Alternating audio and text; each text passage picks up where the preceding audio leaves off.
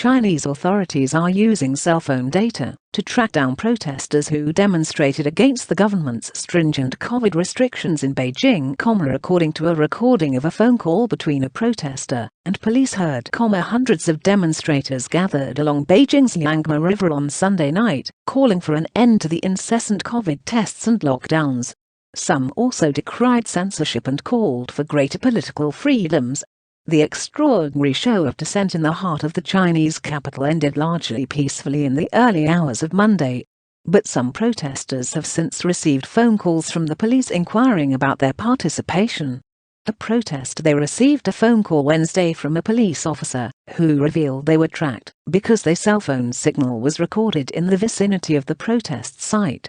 CNN is not naming any of the protesters in this story to protect them from reprisals. According to a recording of the phone conversation listened to by CNN, the protester was asked if they went to the Yangtze River on Sunday night.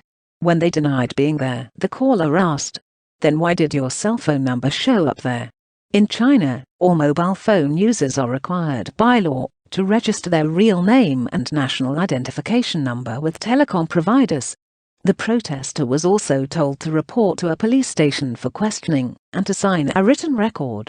When they asked why they had to comply, the caller said it was an order from the Beijing Municipal Public Security Bureau. According to the recording, China's security apparatus has moved swiftly this week to smother mass protests that swept the country, keeping a heavy police presence in locations where crowds had gathered over the weekend or planned to do so.